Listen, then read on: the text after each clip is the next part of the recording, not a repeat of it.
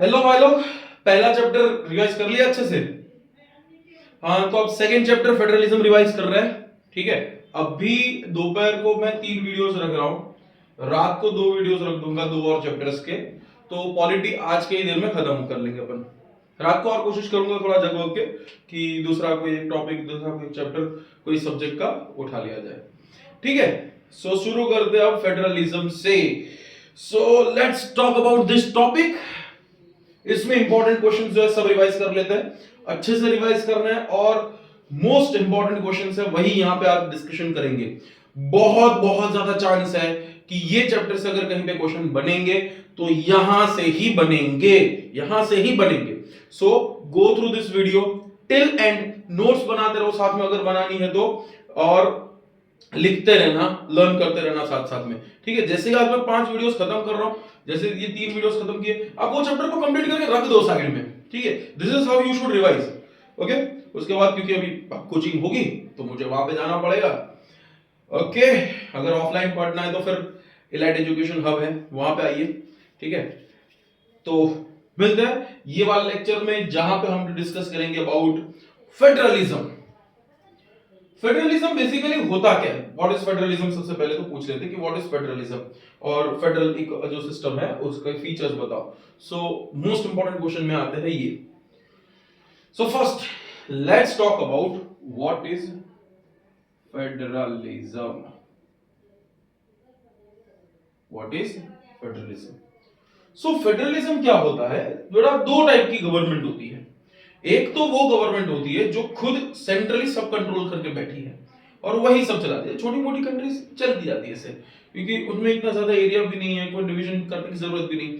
लेकिन जो बड़ी कंट्रीज होती है उसमें क्या होता है, जैसे हम पावर सेपरेशन पढ़े, ठीक है, तो जहां पे 2 से ज्यादा लेवल ऑफ गवर्नमेंट क्रिएट हो जाए, जैसे इंडिया में है 3 लेवल ऑफ गवर्नमेंट है।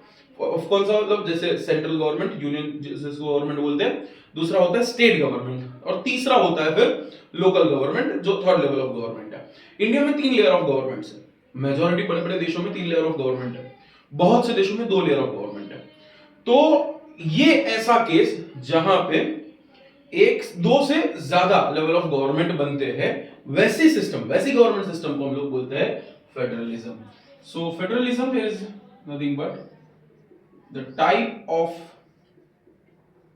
government system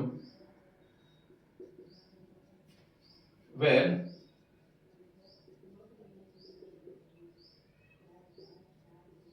the power is shared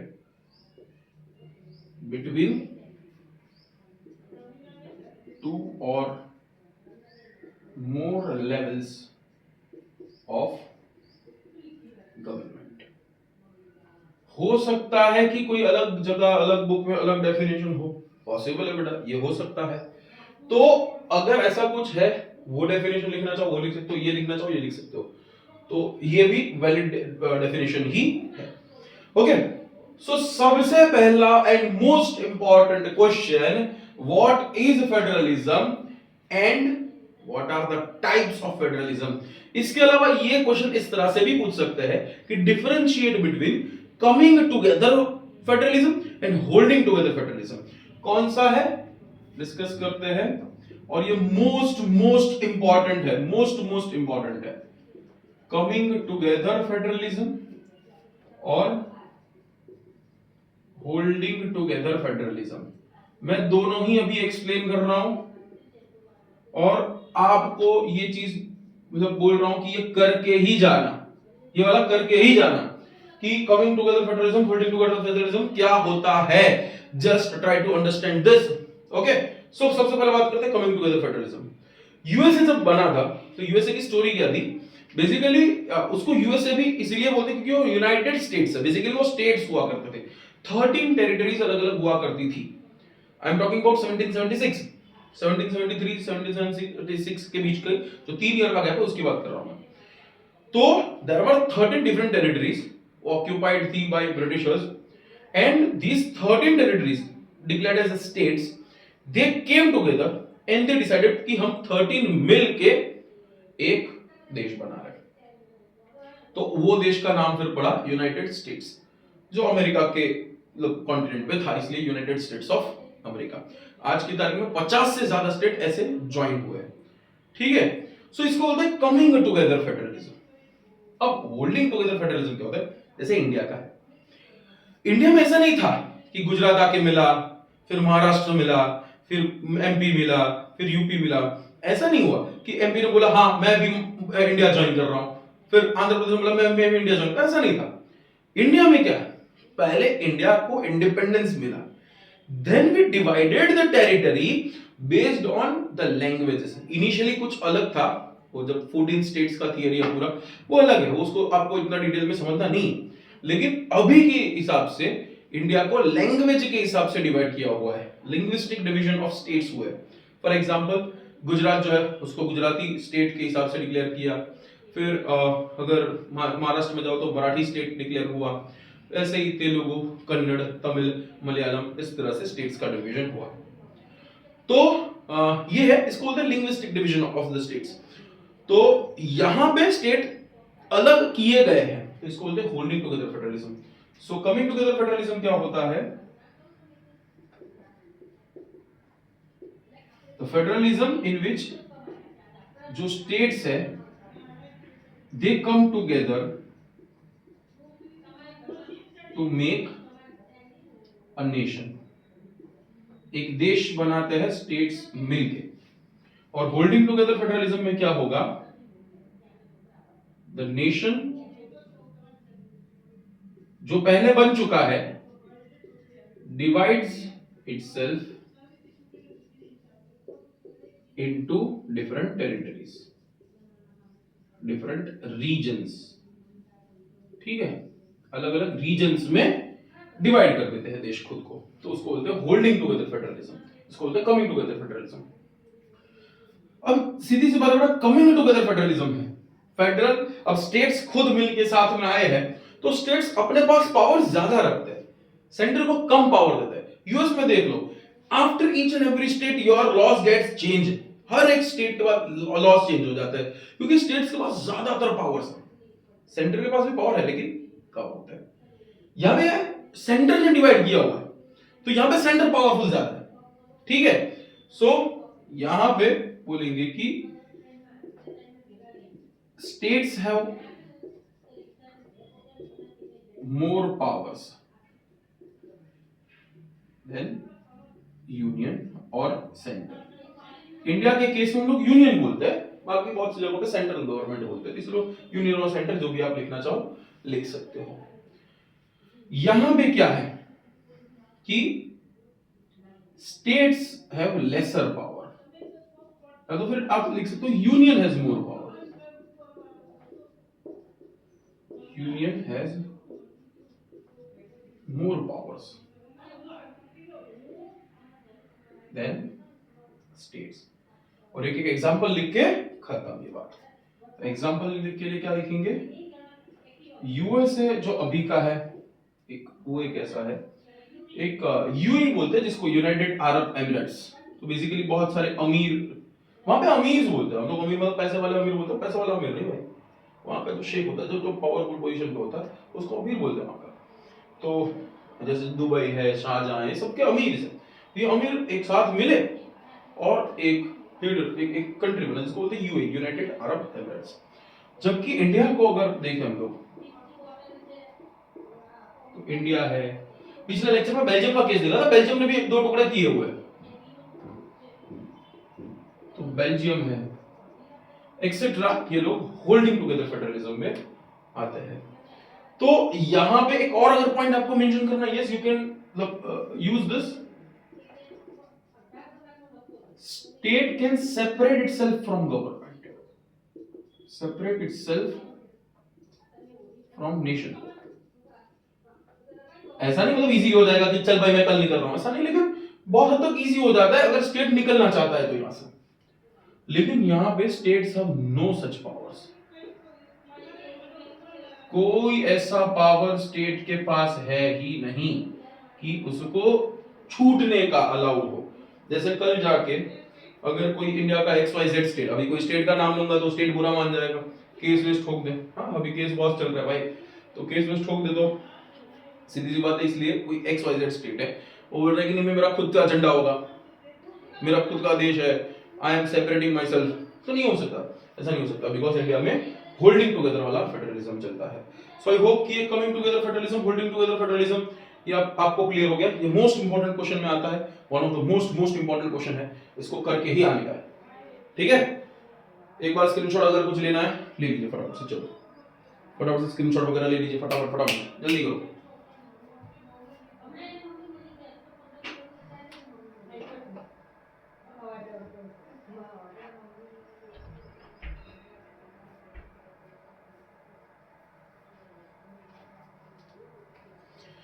चलो ये हो गया। अब एक और इंपॉर्टेंट क्वेश्चन को डिस्कस करते हैं। ये क्वेश्चन 2 मार्क्स में भी आ सकता है, 3 मार्क्स में भी आ सकता है। एक और क्वेश्चन को डिस्कस करते हैं। भाई लोग मजा लो पढ़ने का यार, ऐसे बोर बोर होके नहीं पढ़ने का, अच्छे से पढ़ो, इंटरेस्टिंग टॉपिक है, ठीक है। अभी समझने का अपने को फीचर्स ऑफ फेडरलिज्म, कि फेडरलिज्म के फीचर्स क्या है, क्या है बताओ फेडरलिज्म के फीचर्स। मतलब फेडरलिज्म होता क्या है, जैसे हम लोग बोलते हैं ना इसका फीचर, तो फीचर मतलब फोन का फीचर ऐसा है ऐसा है, तो बेसिकली फोन कैसा है वो बात कर। इसमें फेडरल स्टेट कैसा होता है, तो सबसे पहला होता है बेटा, इसको बोलते हैं कि 2 और more levels of the government, 2 or more levels of the government होता है इसमें, ठीक है। दूसरा यहां पे क्या है बेटा कि स्टेट्स अपनी हद क्रॉस नहीं कर सकता, सेंटर अपनी हद क्रॉस नहीं कर सकता, तो यहां पे होता है सेपरेशन ऑफ पावर्स। क्या होता है, सेपरेशन ऑफ पावर्स, और ये भी कॉन्स्टिट्यूशन में लिखा होना चाहिए। ऐसा नहीं कि भाई सेंटर को मर्जी हुआ, सेंटर ने दिया लो पावर बेटा, लो पावर, ऐसा नहीं, क्लियरली मेंशन होना चाहिए separation of power which are clearly mentioned। India में ऐसा है कि नहीं, डेफिनेटली है बेटा, डेफिनेटली है, हम डिस्कस करेंगे ये चीज को, क्वेश्चन है ये भी, एक क्वेश्चन इंपॉर्टेंट है, करेंगे इसको। थर्ड, अब मान लो कि आपने कोई एक आपका कोई एक यूनियन है, ठीक है, सेंट्रल गवर्नमेंट, नरेंद्र मोदी साहब वहां पे बैठे, अब उनको बोल रहे मजा नहीं आ रहा, बोलते ना मजा नहीं आ रहा। हाँ, तो अगर उनको ऐसा लगा, सपोज नरेंद्र मोदी साहब को ऐसा लगा कि आओ चलो ये स्टेट को ही खत्म कर देते, आओ चलो ये स्टेट को ही खत्म कर देते, मतलब ये फंडामेंटल चीजें खत्म कर देते स्टेट की, ठीक है, फंडामेंटल चीजें खत्म कर देते स्टेट की, तो क्या नरेंद्र मोदी साहब ये कर सकते हैं? बिल्कुल नहीं कर सकते, बिल्कुल नहीं कर सकते। लेजिस्लेचर के पास पावर है, पार्लियामेंट ही कर सकता है, हाँ, लेकिन स्टेट्स का परमिशन लेने के बाद। तो आपको पता है बेटा कि जैसे फॉर एग्जांपल जब जीएसटी इंप्लीमेंट करना था, जब जीएसटी को इंप्लीमेंट करना था, तो बेसिकली चाहिए था कि कॉन्स्टिट्यूशन में अमेंडमेंट हो। अब कॉन्स्टिट्यूशनल में क्यों चेंज करना है सर? टैक्सेशन का तो रूल्स चेंज करना है बेटा। होता क्या है, टैक्सेशन जो होता है, अभी मैं वो भी सिखाऊंगा तुम लोग को कि टैक्सेशन जो होता है वो स्टेट का रेवेन्यू अलग होता है, सेंटर का रेवेन्यू अलग। पहले वैट हुआ करता था, ठीक है, वैल्यू एडेड टैक्स हुआ करता था, तो बहुत सारी ऐसी चीजें, बहुत सारे स्टेट लेवल के टैक्सेस हुआ करते थे, और सेंटर की अलग से एक्साइज ड्यूटी वगैरह सब लगता था। तो है क्या, जब गवर्नमेंट इंट्रोड्यूस कर रही है GST, goods and service tax, तो गवर्नमेंट को चाहिए होगा, क्या चाहिए होगा, परमिशन लेना। किससे? स्टेट से। क्यों? उनके वैट वगैरह के हक आप ले रहे हो, छीन रहे हो उनसे हक, और एक यूनिफाइड सिस्टम लगा रहे हो जीएसटी। सो यहां पे सेंटर अपनी मर्जी का कॉन्स्टिट्यूशन में चेंजेस नहीं कर सकता। तो ये होता है एसेंशियल फीचर इंडियन कॉन्स्टिट्यूशन की। ये ब्यूटी है कि आप अपनी मर्जी से चेंज नहीं कर सकते, ठीक है। अगर वो स्टेट्स को अफेक्ट कर रहा है वो चीज, you have to take permission from the state government, ठीक है। So the fundamental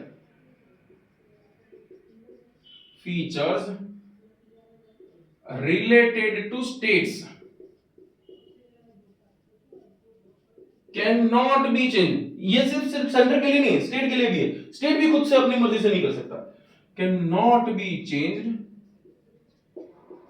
bye any one level of the government. सिर्फ अकेला एक कोई लेवल नहीं कर सकता।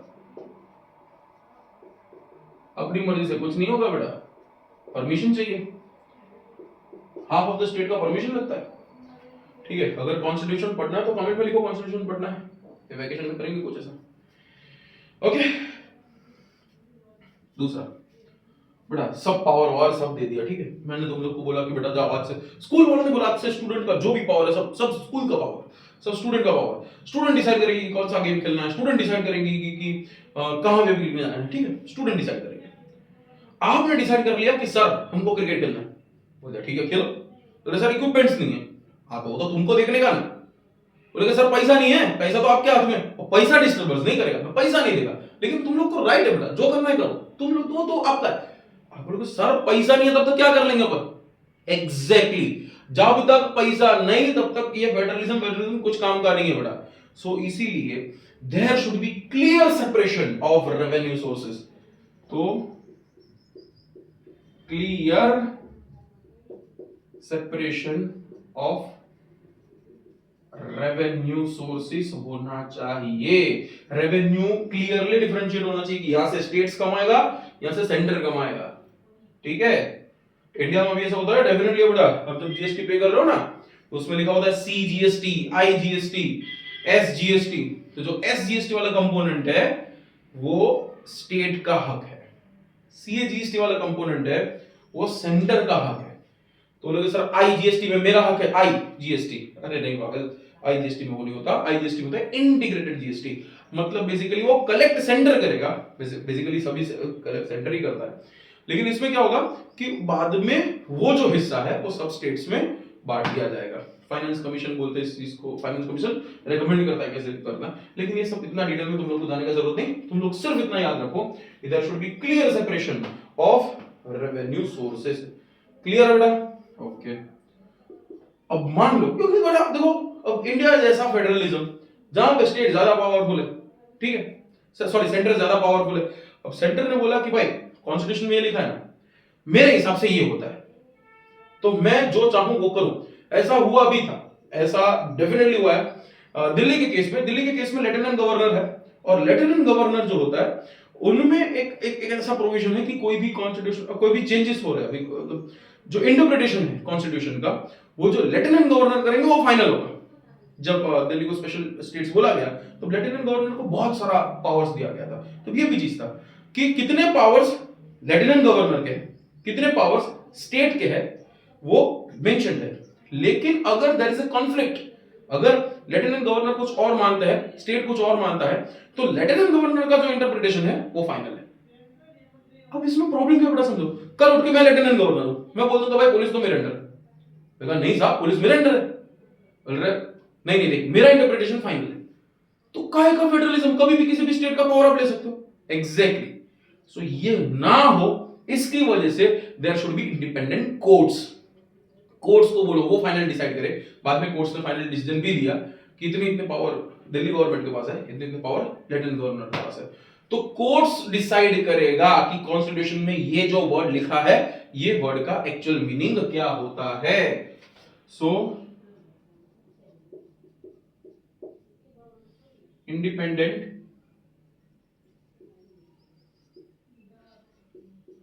courts interprets the constitution, interprets the constitution, ठीक है। तो one of the most important, ये 5 फीचर भी अगर लिख के आ गए तो आप अच्छे से मार्क्स स्कोर कर सकते, कोई प्रॉब्लम भी ना, बोलते हैं कि 5 ही फीचर्स बता, कि 5 फीचर अच्छे से लिख के आना, वैसे टेक्स्ट बुक में 7 फीचर्स है, आप लोग 5 लिख के आना, ये थोड़े इजी पड़ते हैं, ठीक है। ओके भाई लोग चलो, तो यहां से एक क्वेश्चन बनेगा, बहुत अच्छे से समझना, is India a federal nation, is India a federal nation, justify, बोल देंगे सीधा ये चीज, is India federal nation, justify, 3 marks में जस्टिफाई करो कि इंडिया फेडरल है कि नहीं। तो ये जो 5 पॉइंट अगर याद रख के गए हो तो यही 5 पॉइंट के ऊपर से हम अपना आंसर बनाएंगे, ठीक है, यही 5 पॉइंट को इस्तेमाल करेंगे कि देखो कोई भी कंट्री को फेडरल बनना है तो इतना चीज फॉलो करना है, तो क्या इंडिया फॉलो कर रहा है बेटा, क्या इंडिया फॉलो कर रहा है, आपको ऐसा भी बोल सकते हैं कि India is a federal nation. आप बोलेंगे कि इसको एक्सप्लेन करो कैसे है, या तो फिर ऐसे क्वेश्चंस भी बन सकते हैं कि explain the features of federalism and based on this explain why India is a federal nation. ऐसे क्वेश्चन भी पूछ सकते हैं। सो इसके ऊपर से डिस्कस करते हैं इंडिया फेडरल है कि नहीं है। याद रखना भी इजी हो जाएगा, अगर वैसे क्वेश्चन पूछा तो वो भी आ जाएगा। तो इंडिया में 2 और मोर लेवल का गवर्नमेंट है, डेफिनेटली भाई 3 लेवल का गवर्नमेंट है अपने पास। तो यहां पे लिखेंगे first point, India has a 3 level of government, 3 tyre government system है। जैसे सेंटर है, स्टेट है और लोकल गवर्नमेंट्स अपने पास, पंचायती राज इलेक्शंस वगैरह, पंचायती राज वगैरह अपने पास चलता है, ठीक है। ओके, दूसरा फेडरल है, डेफिनेटली है क्योंकि सेपरेशन ऑफ पावर्स है, क्लियरली मेंशन्ड है बेटा। इसके बाद के क्वेश्चन में वो डिस्कस करना है कि इंडिया में पावर को सेपरेट कैसे किया हुआ है। 3 लिस्ट बनाए हुए हैं, वो 3 लिस्ट की बात करेंगे, स्टेट लिस्ट, सेंट्रल लिस्ट, मतलब यूनियन लिस्ट जिसको बोलते हैं, और कंकरेंट लिस्ट, ठीक है। तो वो भी चीज है। तो there is separation of powers which is clearly mentioned. तो अगर क्लियर वो मेंशन है तो डेफिनेटली इंडिया में है। Fundamental features related to states can not be change by any one level of government, definitely India में नहीं कर सकता। मैंने अभी जस्ट एक एक्सप्लेनेशन दिया है कि in India if the government want to change the constitution affecting the states, then the change has to be accepted by majority of the states. तो मेजॉरिटी ऑफ स्टेट्स से परमिशन लेना पड़ेगा।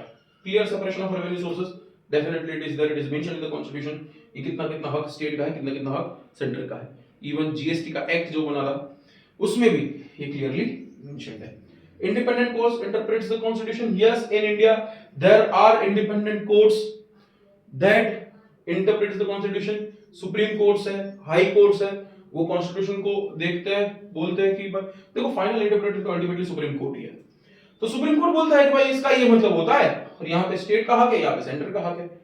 तो yes, India is a federal nation. तो इसका answer कैसे लिखना है? India is a federal nation, justify yes India is a federal nation first as it has more than 2 level of government, that is 3 level का government है। in India there is a clear separation of powers mentioned in the constitution in 3 list, or in India fundamental features cannot be changed by the government alone, central government alone, it has to take the permission from the states. Also the revenue sources in India is clearly separated between center and the state, and in India Supreme Court is the final interpreter of the constitution which is independent and interprets the constitution. So I hope कि ये दोनों मतलब basically हम लोगों ने अभी तक 3 question करे हैं। फेडरलिज्म क्या है, उसके टाइप्स क्या है, दूसरा फेडरलिज्म के फीचर्स क्या होते हैं, तीसरा इंडिया फेडरल देश है कि नहीं है, अगर है तो उसका जस्टिफिकेशन दो। तो हमने 3 क्वेश्चंस अभी तक डिस्कस किए, और अभी जस्ट मैं जिस चीज की बात कर रहा था वो चीज के लिए डिस्कशन करते हैं कि इंडिया में जो 3 फोल्ड, अरे भाई मैंने रफ कर दिया यार, अगर लिखना बाकी है तो थोड़ा सा वीडियो ना पीछे ले लेना, मैं आपको थोड़ा यहाँ पे मूवमेंट कर रहा हूँ तो तब जाके थोड़ा बहुत लिख पाओगे। रह गया मेरे को स्क्रीनशॉट का बनने का, ठीक है कोई ना। वैसे भी वीडियो है, क्लास में होता तो तुम लोग कॉल कर देते यार सर लिखना बाकी रह गया, कोई ना। चलो वैसे भी तुम लोग चाहते थे यार मेरे पास एसएस पढ़ने का, अब पढ़ने का मौका दे रहा हूँ, पढ़ लो अच्छे से, ठीक है। यही तो एक स्पेस होता है जहाँ पे टाइम मिल जाता है थोड़ा बहुत। अभी भी टाइम मिला नहीं है भाई, छुट्टी करके आया हूँ इधर, पैसा कटता है मेरा छुट्टी का, बस मेरा तो पैसा वही है कि भाई तुम लोग क्लियर कर जाओ। अब यहां पे सीखना है 3 fold distribution of power in India, 3-fold distribution of powers in India। इसके लिए क्या क्वेश्चन बन सकता है? How powers are distributed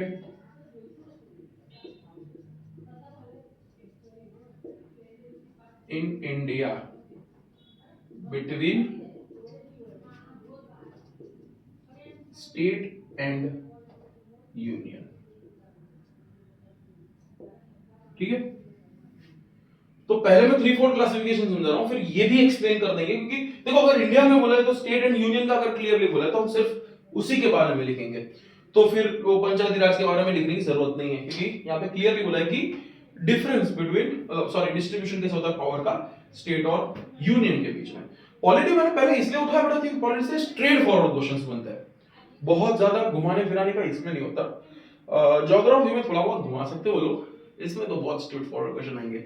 इसके जो पीछे के जो क्वेश्चन है ना, जो जेंडर वाला है, उसमें थोड़ा बहुत घुमा सकते हैं, और वो भी ऐसा होता है कि तुम अपने वर्ड्स में लिख सकते हो वो चीजें। जहां पे अपने वर्ड्स में नहीं लिखना वहां पे मैं बता देता हूं कि अपने वर्ड्स में नहीं लिखना, जहां पे लिखना होता है वहां पे तो लिख ही सकते हो। थोड़ा बहुत बुद्धि अगर अप्लाई कर दोगे, समझ लोगे कॉन्सेप्ट को, तो अपने वर्ड्स में तो लिख ही सकते हो डेफिनेटली। तो स्टेट और यूनियन के बीच में there are three fold distribution.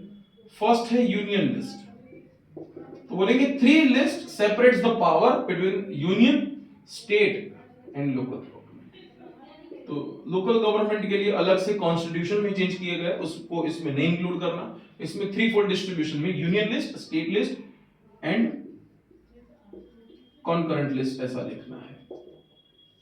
ठीक है, देखो बेटा यहां पे मैं लिख रहा हूं नोट्स के फॉर्मेट में लिख रहा हूं, तुम लोग एज इट इज मत लिख देना, क्योंकि मैं कभी एरो लिख के करके रखना हूं, कभी ऐसा बोलता तो मैं कीवर्ड्स मेंशन कर रहा हूं यहाँ पे, वो कीवर्ड्स को रख के अपने हिसाब से सेंटेंस बनाओ भाई लोग, सेंटेंस तो बनाना आता है। ठीक है, तो देखो यूनियन लिस्ट क्या होता है, only central government that is parliament can make or amend the law। सिर्फ सेंट्रल गवर्नमेंट इसमें कुछ कर सकता है, इसको बोलते हैं यूनियन लिस्ट। ठीक है, अब स्टेट लिस्ट क्या होता है,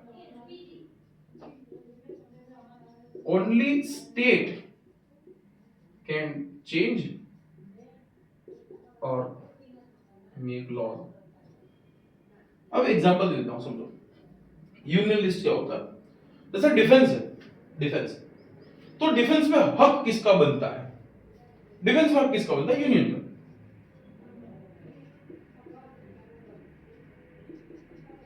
nuclear energy, nuclear energy defence है, न्यूक्लियर एनर्जी है, कम्युनिकेशन है, नेटवर्क वगैरह, रेडियो वगैरह, ठीक है, वो यूनियन लिस्ट के अंदर आता है। स्टेट लिस्ट क्या होता है, सब स्टेट जिस पे लॉ बना सकती हूं, फॉर एग्जांपल पुलिस, एग्रीकल्चर खेतीबाड़ी,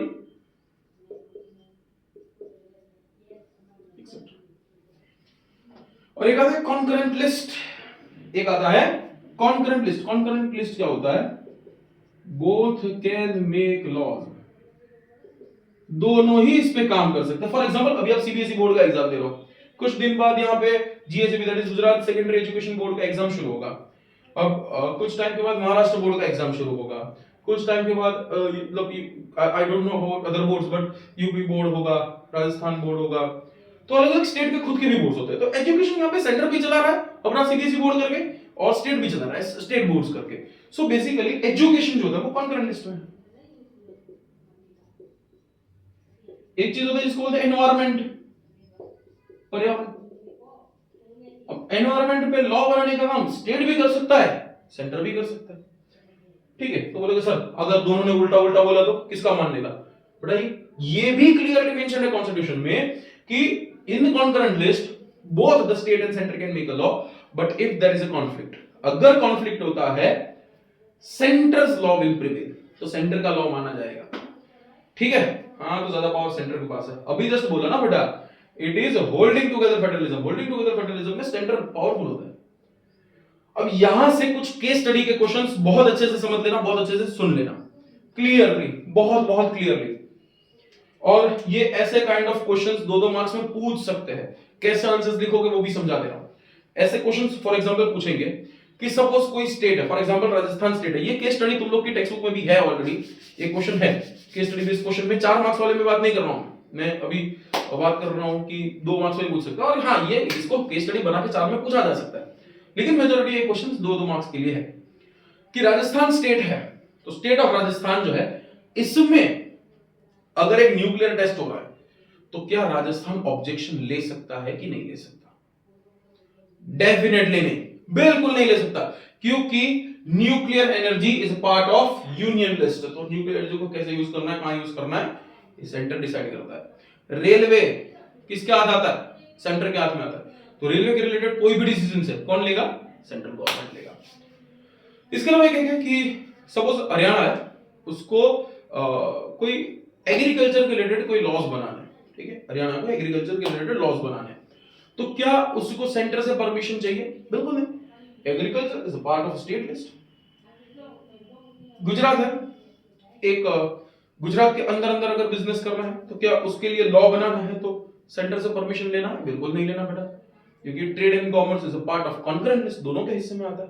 अगर इंटरनल ट्रेड है तो कंप्लीटली वो आता है स्टेट के हाथ में, तो स्टेट की परमिशन लेगा, फिर वो स्टेट का हिस्सा है, स्टेट का पार्ट है। अगर एनवायरमेंट रिलेटेड कोई चीजें हैं तो दोनों के बात में आती है, वो दोनों को मानना पड़ेगा।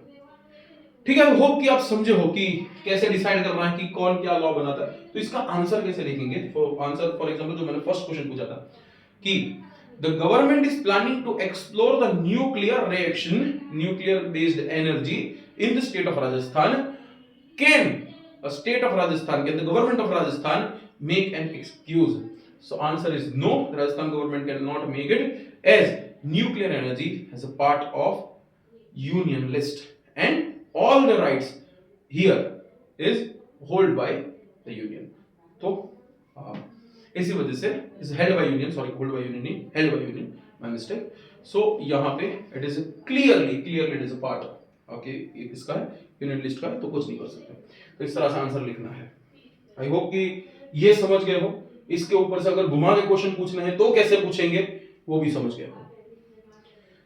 ठीक है भाई लोग, हाँ या ना बोल दे भाई। चलो बस 2 क्वेश्चन बाकी है बच्चा, 2 क्वेश्चन बस, ये टॉपिक सब 2 ही क्वेश्चन है। और देखो 5 क्वेश्चन तो करे यार तुम लोगों ने, 4 ये वाले और एक वो केस स्टडी अभी जैसे मैंने बोला कि बस वही पर किया है तुमने यार। 2 और क्वेश्चन करने 6 क्वेश्चन से चैप्टर खत्म होता है, 5-6 क्वेश्चन में वो चैप्टर खत्म हुआ, 5-6 क्वेश्चन में ये चैप्टर खत्म हुआ। यार करने में टाइम कितना होता है यार,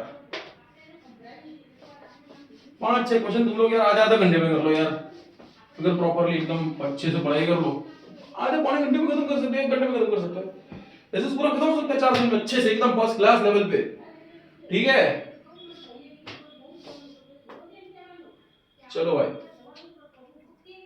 नाउ लेट अस अंडरस्टैंड, मस्त एक टॉपिक समझते हैं जिसको बोलते हैं coalition government. Most important question यहां से बनेगा ही। कोएलिशन गवर्नमेंट मोस्ट इंपॉर्टेंट ये टॉपिक है, यहां से एक क्वेश्चन आएगा पक्का। कोएलिशन गवर्नमेंट का फोटो दे सकते हैं तुम लोग को, वो दिया है, वाजपेयी सर बैठे हैं वो सिंहासन पे, ठीक है, और देयर इज अ फोटो, एक सिंहासन है वहां पे गद्दी लगी है, अलग अलग पॉलिटिकल पार्टीज की लगी है। तो इस चीज को मतलब बोला है कि अब ये फोटो दे सकते हैं तुम लोग को और बोलेंगे कि कौन सी टाइप का गवर्नमेंट रिप्रेजेंट करता है और ये गवर्नमेंट में क्या फीचर्स होते हैं वो एक्सप्लेन कर दो। तो हम वही गवर्नमेंट की फीचर्स की बात करते हैं, ठीक है, कोएलिशन गवर्नमेंट। तो कोएलिशन गवर्नमेंट क्या होता है, when no party gets a clear majority, when no party gets a clear majority, 2 or more party makes a government together।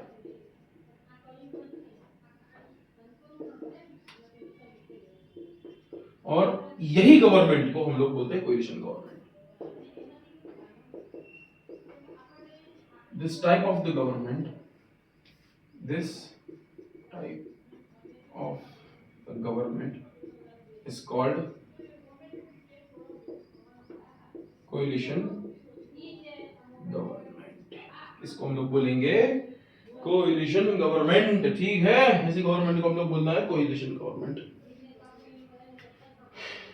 तो अगर वो फोटो दिया तुम लोग बोला कि which type of government it is, तो एक ही वर्ड में लिखना, वहां पे इतना बड़ा नहीं लिखना। ये तो मैंने ये पूछा, मतलब ये लिखा है कि अगर मीनिंग पूछ ले, ये चांस है, बहुत ज्यादा चांस है कि पूछ ले कि व्हाट इज कोएलिशन गवर्नमेंट, ठीक है।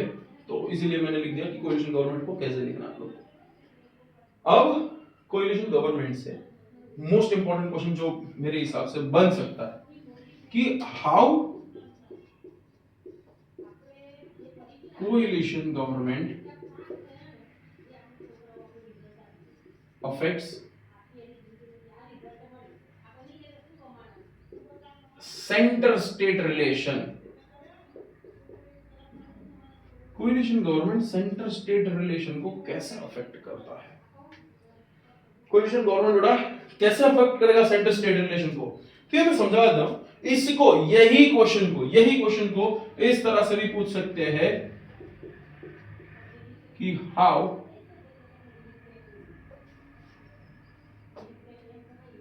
After 1990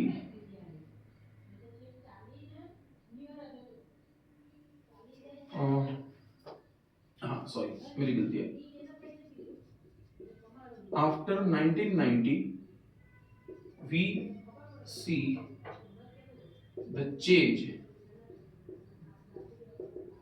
in centre state relation. 1990 बाद हम लोग को सेंटर स्टेट रिलेशन में चेंज देखने को मिल रहा है। एक्सप्लेन द रीजन करके पूछ सकते हैं। यही चीज यहां पे भी लागू होती है, ठीक है। तो 1990 के बाद ऐसा तो क्या हो गया कि सेंटर स्टेट का रिलेशन चेंज हो गया। तो समझते क्या हुआ? तो हुआ क्या था बड़ा कि 1990 के पहले जो भी गवर्नमेंट बनी, मेजॉरिटी ऑफ द गवर्नमेंट, लगभग सभी गवर्नमेंट अकेले दम पे बनी, ठीक है। चाहे स्टार्टिंग की जवाहरलाल नेहरू गवर्नमेंट हो, उसके बाद थोड़े टाइम के लिए लाल बहादुर शास्त्री वाली गवर्नमेंट हो, उसके बाद अगर मैं सभी इंपॉर्टेंट अगर प्राइम मिनिस्टर, वैसे तो सभी प्राइम मिनिस्टर इंपॉर्टेंट होते हैं, सबका अलग कंट्रीब्यूशन होता है, लेकिन मैं मेजॉर जो अच्छे लॉन्ग टेन्योर के देते हैं उससे उनकी बात कर रहा हूँ। तो उसके बाद जो इंदिरा गांधी गवर्नमेंट आई, फिर संजय गांधी वाली जो गवर्नमेंट बाद में क्रिएट हुई, सॉरी इंदिरा गांधी गवर्नमेंट के बाद जो राजीव गांधी गवर्नमेंट आई, और राजीव गांधी गवर्नमेंट के बाद जो उठापटक हुई जनता गवर्नमेंट, जो उसके पहले इंदिरा गांधी गवर्नमेंट जो दूसरी बार आई, उसके पहले इंदिरा गांधी गवर्नमेंट के पहले जनता दल की गवर्नमेंट। तो ये सभी गवर्नमेंट में एक चीज कॉमन थी कि ये सब मेजॉरिटी लेके आए थे। अब मेजॉरिटी का मतलब मेरा क्या है, वो जो 60 वाला जो दिया था ना, वही एग्जांपल लेते हैं। Suppose 3 political parties are there, इन्होंने 30 मतलब इन्होंने मान लो कि 28 सीट जीती है, इन्होंने मान लो कि 22 सीट जीती है, ठीक है, और इन्होंने मान लो कि 10 सीट जीती हुई है। अब ये केस में ये टोटल सीट कितनी हुई देखो बेटा, 66 टोटल। किसी भी पॉलिटिकल पार्टी को अगर गवर्नमेंट बनानी है तो दे नीड 31 मेंबर्स। किसी भी पॉलिटिकल पार्टी के पास 31 मेंबर है ही नहीं। इसको 28 है, 22 है, 29 मतलब 100 सॉरी 10 है। इसका मतलब कोई भी पॉलिटिकल पार्टी अकेले अपने दम पे गवर्नमेंट नहीं बना सकती। ये केस में क्या होगा, ये दोनों आपस में हाथ मिला ले कि आओ भाई हम मिलकर गवर्नमेंट बनाए, तो इनकी टोटल जो स्ट्रेंथ हो गई 38। अब 38 31 को क्रॉस कर रहा है, तो yes they can form the government. Now this government is known as coalition government. इसको कोलिशन गवर्नमेंट बोलते हैं, मिलीजुली सरकार जिसको बोलते हैं, ठीक है। तो इंडिया में 1990 में पहली मिलीजुली सरकार आई। उसके बाद क्या हुआ कि कंटिन्यूअसली मिलीजुली सरकार आने लगी। तो जैसे बीजेपी की गवर्नमेंट जो आई थी, उसके बाद इवन मनमोहन सिंह वाली जो गवर्नमेंट थी, जो कि कांग्रेस की गवर्नमेंट थी, 2 टेन्योर तक कंटिन्यूअसली, वो यूपीए गवर्नमेंट, वो भी मिलीजुली गवर्नमेंट थी। नरेंद्र मोदी के आने के बाद नरेंद्र मोदी के 2 टेन्योर्स, दैट इज 2014 का टेन्योर, 2014 से लेकर 19 का, और फिर 19 में जब वो इलेक्शन जीते वापस से, तब 24 तक, ये जो 10 साल तक, इसमें वापस से नरेंद्र मोदी ने, बीजेपी ने अपने हिसाब से खुद से एक मेजोरिटी स्कोर किया था। लेकिन इस बार फिर से ऐसा हुआ कि नरेंद्र मोदी गवर्नमेंट के पास 240 सीट्स है, मेजोरिटी स्कोर जो है वो 273 को क्रॉस करना है। अब ये बार फिर से कोलिशन गवर्नमेंट बना हुआ है। तो कोलिशन गवर्नमेंट को मतलब बेसिकली होता क्या, देखो अब फॉर एग्जांपल यहां पे ये पार्टी स्टेट पार्टी है, ये पार्टी स्टेट पार्टी मतलब क्या होता है, उनका इनका दबदबा स्टेट में है। अब ये नहीं हो सकता कि ये अपनी मन की करे कि भाई सेंटर अपना मन का करेगा, नहीं, क्योंकि अगर ये अपने मन की करना शुरू करेगा, ये अपना सपोर्ट खींच लेगा, ठीक है। तो तब जब सेंटर पावरफुल था, कोलिशन गवर्नमेंट बना। अब कोलिशन गवर्नमेंट किसके सपोर्ट बना? छोटी छोटी पार्टीज कहां पे होती है? स्टेट पार्टीज होती है, छोटी पार्टीज होती है। अब ये पार्टीज ने मिलकर सपोर्ट दिया तो ये पार्टीज अपना मन का काम करवाएगा। तो यहां पे सेंटर थोड़ा वीक होता है, उसको थोड़ा गिव अप करना पड़ता है, और स्टेट क्या होता है? पावरफुल होता है। ठीक है, so how coalition government affect the centre state relation? So after 1990 India saw a rise of coalition government.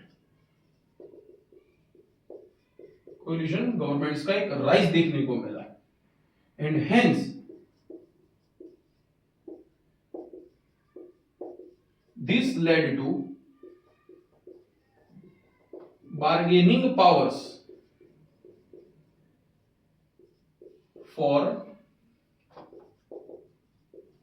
State level parties as the central government now was dependent on their support. उनके support पे central government टिकी हुई थी, and therefore powers of state increased after 1990s. अब question में coalition government बोला, therefore power of state increases in during the collision government के time पे। तो ये हुआ जिसका आंसर हुआ, कोलिशन गवर्नमेंट कैसे सेंटर स्टेट रिलेशंस को अफेक्ट करता है। मैं हट जाता हूं, आपको अगर आंसर मेंशन करना है तो आप मेंशन कर सकते हो इसका आंसर। एक बार देख लीजिए अच्छे से एक को, अगर कुछ भी समझ में नहीं आ रहा पूछ लीजिए कमेंट सेक्शन में, मुझे पूछ सकते हैं आप लोग कि सर ये एक और बार एक्सप्लेन कर दो, तो कर देंगे एक और बार एक्सप्लेनेशन। ठीक है बच्चा, एक और तुम लोग को फोटो देके रखा, वो तो एक गवर्नमेंट है, एक लेडी वाला government, basically it is a photo है, वो इंदिरा गांधी का है।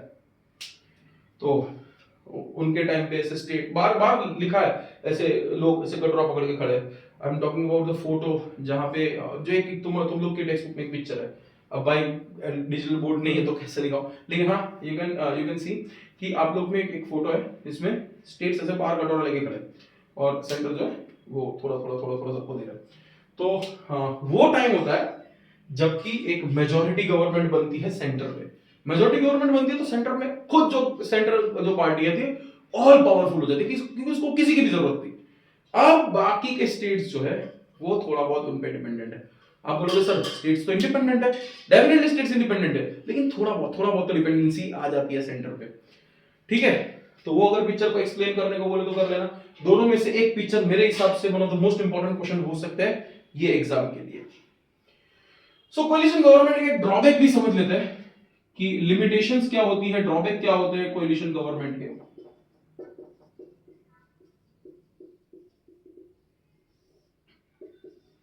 एक होता है स्लो डिसीजन मेकिंग।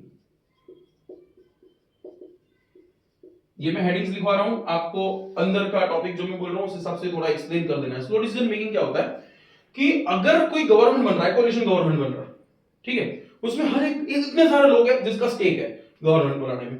अब जो प्राइम मिनिस्टर है उनको सबसे कंसल्ट करना है कि भाई ये लॉ बना है क्या, ये लॉ बना है क्या। अब कोई अग्री नहीं कर रहा, उसको मनाने में टाइम जा रहा है, तो यहाँ पर डिसीजन मेकिंग ना बहुत स्लो हो जाती है। तो ये एक सबसे बड़ा ड्रॉबैक होता है इसमें। अनस्टेबल गवर्नमेंट होती है उधर, ये गवर्नमेंट कभी भी गिर सकती है। अगर किसी ने अपना सपोर्ट छीन लिया तो वो मोमेंट पे गवर्नमेंट तुरंत ही गिर जाएगी। और बहुत बार ऐसा देखा गया है कि ऐसी गवर्नमेंट्स अपना टेन्योर कंप्लीट नहीं करती, मतलब 5 साल पूरे नहीं करती, तो गवर्नमेंट क्या हो जाती है, ज्यादा अनस्टेबल हो जाती है। तो डिसीजन मेकिंग में कमी आ जाती है, अनस्टेबल गवर्नमेंट हो जाती है। ये दो इंपॉर्टेंट ड्रॉबैक होते हैं कोलिशन गवर्नमेंट के। So here we are completing the coalition government का टॉपिक, और लास्ट एक टॉपिक होता है, एक क्वेश्चन बचा हुआ है जिसको हम लोग डिस्कस करेंगे। ठीक है, चलो अगर कुछ नोट वोट करना हो तो कर लो, थोड़ा टाइम दे देता हूं। देख लो भाई, मेहनत लगता है ये सब चीजों में, एक्सप्लेनेशन में, ये सब बनाने में मेहनत लगता है।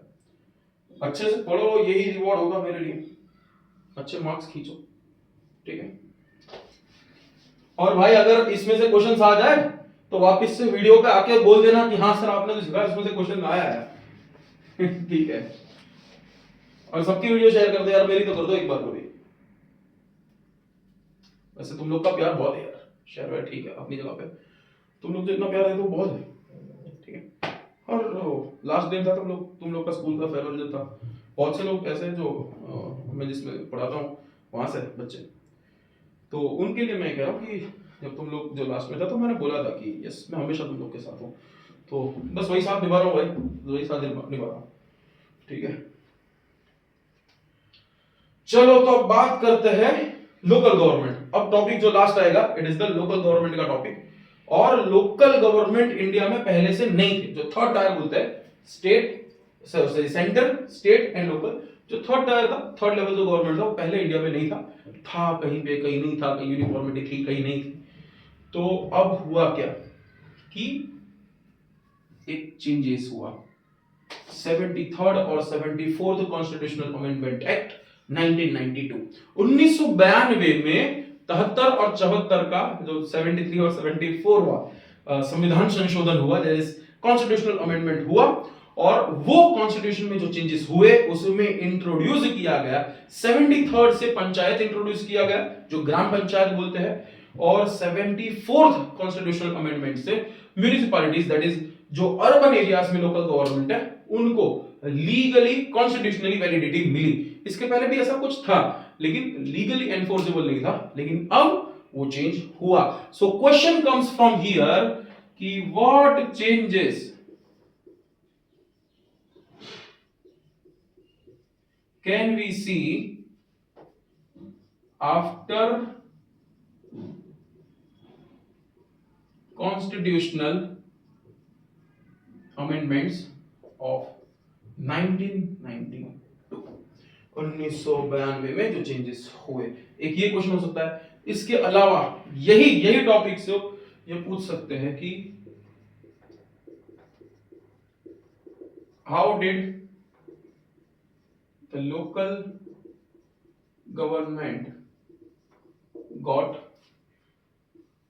कॉन्स्टिट्यूशनल बैकिंग, लोकल गवर्नमेंट को कॉन्स्टिट्यूशनल बैकिंग कैसे मिली, ये पूछ सकते हैं।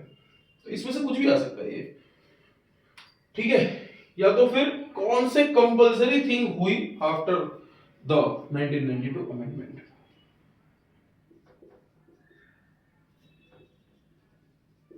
मेंशन some compulsory changes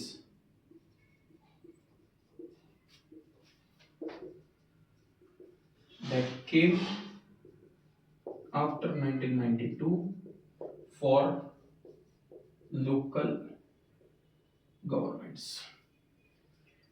इसमें से कुछ भी पूछे, एक ही चीज है। सो इसका हमेशा मैंने बोला इंट्रोडक्शन थोड़ा बहुत अगर आता है तो लिखना होता है बेटा, क्योंकि अगर आप इंट्रोडक्शन लिखते हो ना तो वो आंसर बहुत ब्यूटीफुल हो जाता है, उसको गार्निशिंग मिल जाती है, ठीक है। तो गार्निशिंग यहाँ पे करनी है अपने को, तो गार्निशिंग करेंगे। In 1992, the changes were made in the constitution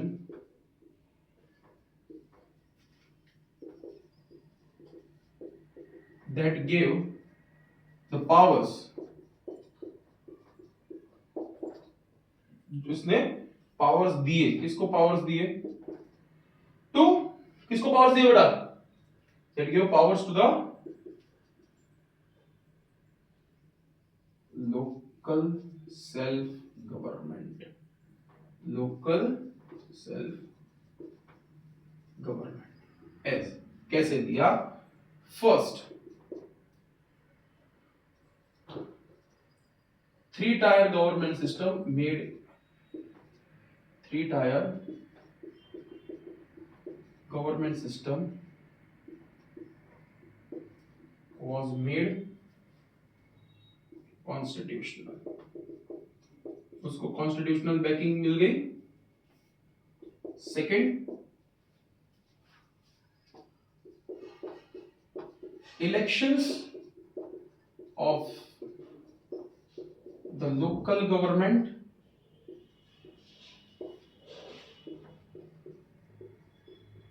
were made compulsory and regular. Third, equal representation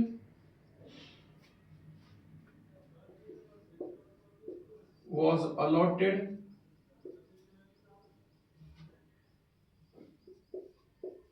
to women.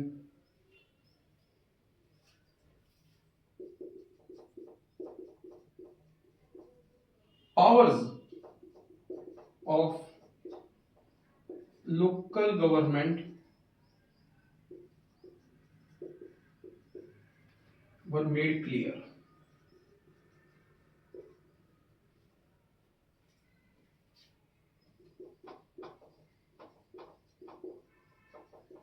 Independent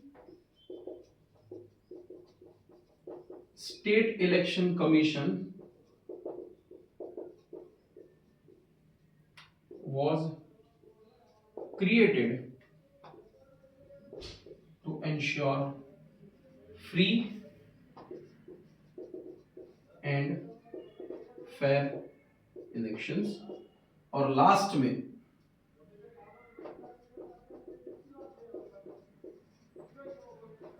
revenue mechanisms for the local government were made or created. ठीक है, so this is how the local self government was created. मैं हट जाता हूं ताकि आप लोग लिख पाओ।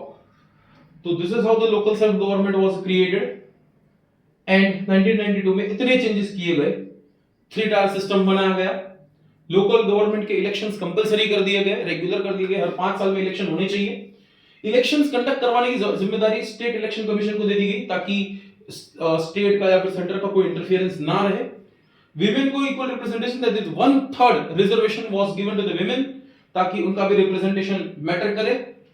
लोकल लोगों को यहां पे इलेक्शन लड़ने का मौका मिला ताकि लोकल सेल्फ गवर्नमेंट क्रिएट हो। ठीक है,